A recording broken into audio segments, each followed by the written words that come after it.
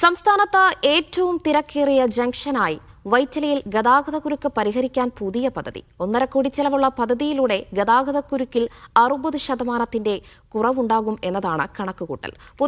പുതിയ പദ്ധതി തൃപ്പൂണിത്തറ വൈറ്റില റൂട്ടിൽ ഗതാഗതക്കുരുക്ക് രൂക്ഷമാക്കുമെന്ന ആശങ്കയും ഉണ്ട്. വൈറ്റിലയിലെ ഗതാഗതക്കുരുക്ക് പരിഹരിക്കാൻ നിരവധി പദ്ധതികൾ നടപ്പാക്കിയെങ്കിലും ഒന്നും ഫലം കണ്ടില്ല. മേൽപ്പാലം അടക്കം നിർമ്മിച്ചെങ്കിലും കുരുക്ക് തുടരുകയാണ്. ഈ സാഹചര്യത്തിലാണ് വൈറ്റില ജംഗ്ഷനിലെ കട്ടിങ്ങുകളും പോസ്റ്റുകളും മാറ്റി ഗതാഗതക്കുരുക്ക് പരിഹരിക്കാൻ നീക്കം നടക്കുന്നത്. താൽക്കാലികമായിട്ട് കുറച്ച് ഗതാഗതക്കുരുക്കിന് ശമനം കാണും എന്നതാണ് ഞങ്ങളുടെ ഒരു പ്രതീക്ഷ.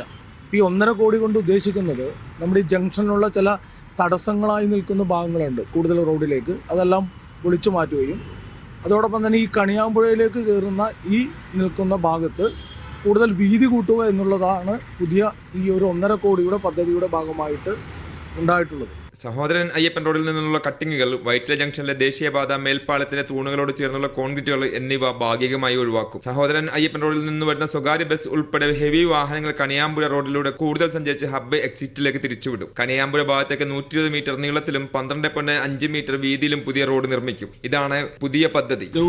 ഞങ്ങളെപ്പോലെ ഓട്ടോറിക്ഷ തൊഴിലാളികൾക്കാണ്. കാരണം ഇവിടെ രാവിലെ ഒരു 8-8:30 കഴിഞ്ഞാൽ തന്നെ ബ്ലോക്ക് തുടങ്ങിയാൽ ഈ പാലം ശരിക്കും പറഞ്ഞാൽ എന്തിനു കിട്ടിയെങ്കിലും ജനങ്ങൾക്ക് ബ്ലോക്ക് മാറ്റാൻ വേണ്ടി ഉണ്ടാക്കിയ പാലമാണ്. ആ പാലം കൊണ്ടൊരു ഗുണമില്ല. ഈ തിരിവ് ബ്ലോക്കൊക്കെ അങ്ങ് മാറട്ടെ. ഒന്നാമത്തെ ഒരു കാൽനടക്കാരന് പോലും നടക്കാൻ പറ്റണില്ല ഇപ്പം. ആ കണ്ടീഷനാണ്. എന്ന് വെച്ചാൽ റോഡിന് വീതിയില്ല. വലിയ വികസനമാണ് വൈറ്റില ജംഗ്ഷൻ. ഏറ്റവും ചെറിയ ഒതുക്കിയാണ് കൊണ്ടത് വെച്ചേക്കണത്. പരിഷ്കരണത്തിന്റെ ഭാഗമായി വൈറ്റില ഹബ്ബിലൂടെ വലിയ വാഹനങ്ങൾ കടത്തിവിടുന്നതാണ് തൃപ്പൂണിത്തുറ വൈറ്റില റൂട്ടിൽ ഗതാഗതക്കുരുക്കിന് കാരണമാകുമെന്ന ആശങ്കയുള്ളത്. ഈ റോഡ് വളരെ ഇടുങ്ങിയതുമാണ്. അടുത്ത ദിവസങ്ങളിൽ അധികൃതർ വൈറ്റില സന്ദർശിച്ച് ഇക്കാര്യങ്ങൾ വിലയിരുത്തുമെന്നാണ് കണക്കുകൂട്ടൽ. അടുത്ത ആഴ്ച തന്നെ നിർമ്മാണ പ്രവർത്തനം ആരംഭിക്കും. ജൂലൈ 30-നുള്ളിൽ നിർമ്മാണം പൂർത്തിയാക്കാനാണ് ലക്ഷ്യമിടുന്നത്. ഈ ജംഗ്ഷനിലെ ഗതാഗതക്കുരുക്ക് 60% കുറയുമെന്നാണ് കണക്കുകൂട്ടൽ.